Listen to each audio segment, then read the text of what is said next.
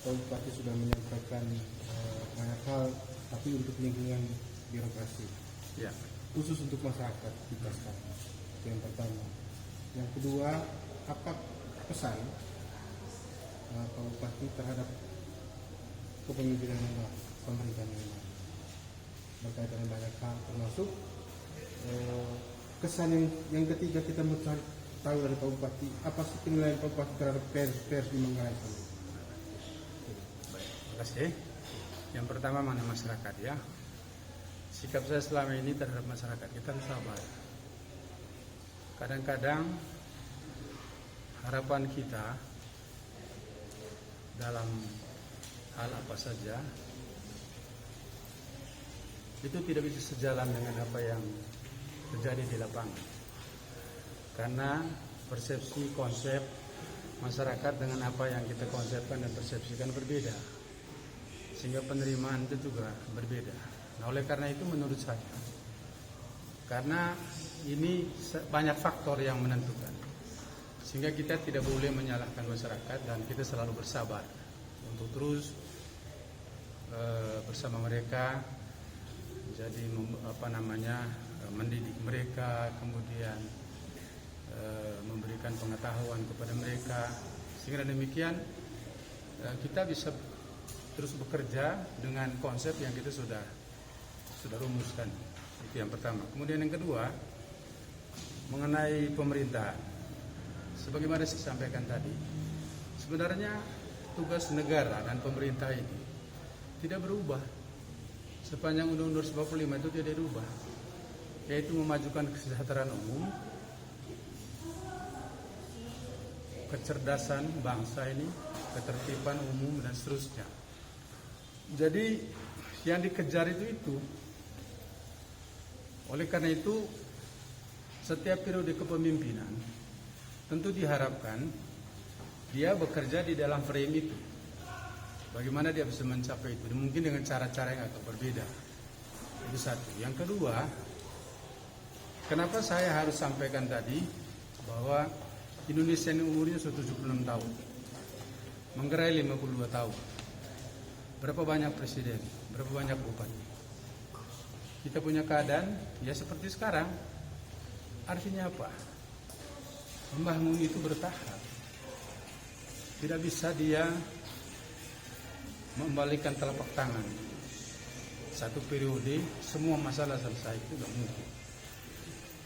Nah, oleh karena itu setiap periode kepemimpinan kita mau melihat apa fokusnya, apa prioritasnya, dan bagaimana prioritas itu dikerjakan. Itu saya kira pikiran saya berkaitan dengan apa tugas aparatur pemerintah.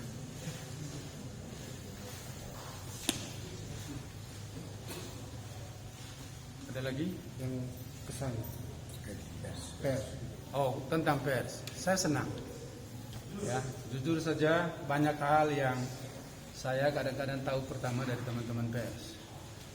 Dan oleh karena itu tugas saya bagaimana memfollow up-nya. Lalu kemudian saya sampaikan kepada teman-teman di OPD untuk mereka cek di lapangan. Contoh misalnya ada foto berkaitan dengan ruang kelas yang rusak, kan begitu. Itu contoh saja. Lalu kemudian dengan begitu saya forward itu ke pimpinan perangkat daerahnya, dan ternyata memang respon mereka cepat. Mereka akan periksa, mereka lihat, lalu kemudian itu direncanakan untuk pembangunan berikutnya. Jadi menurut saya teman-teman pers ini adalah mitra pemerintah yang paling strategis. Soal kritik menurut saya biasa itu, dan itu semua ke dalam rangka kemajuan. Sehingga pesan saya untuk teman-teman pers, jangan pernah berubah. Tetaplah seperti yang selama ini kamu kerjakan selama pemerintahan saya. Saya tidak pernah menjauhi teman-teman pers begitu. Jadi tentu pers itu beda dengan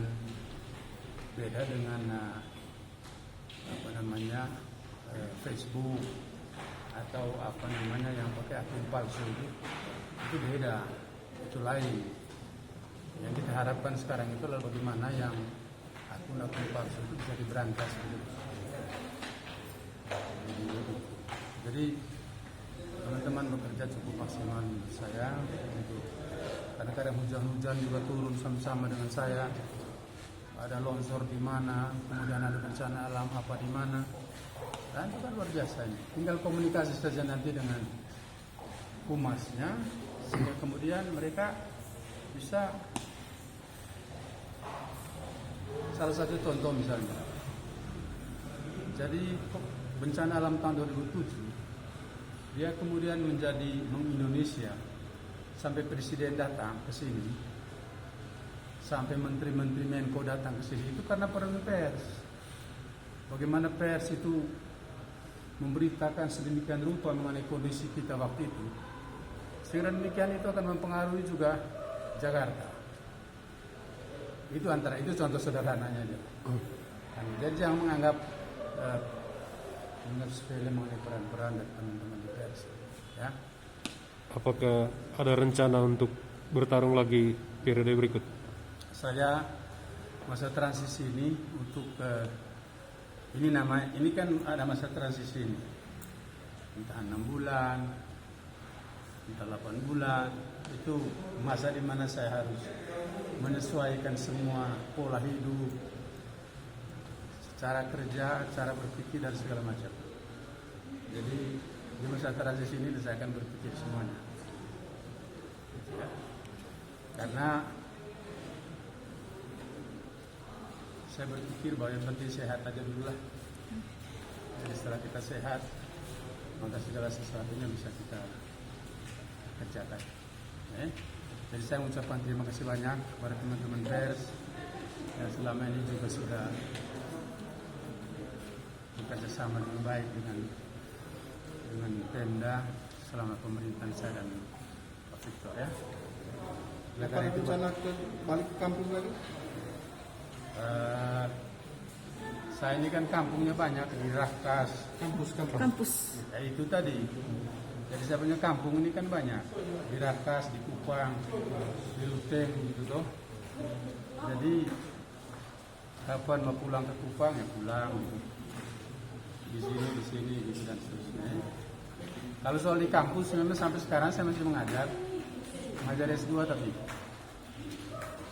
gitu. Jadi tapi ini kan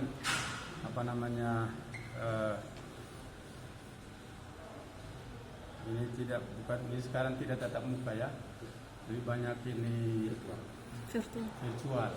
Nah saya ini harus belajar lagi soal virtual nih, virtual soal dalam ini kuliah ini kah? Tapi saya kira dalam 1-2 bulan saya akan belajar itu dan demikian saya bisa mulai dengan kerja-kerja yang itu lagi.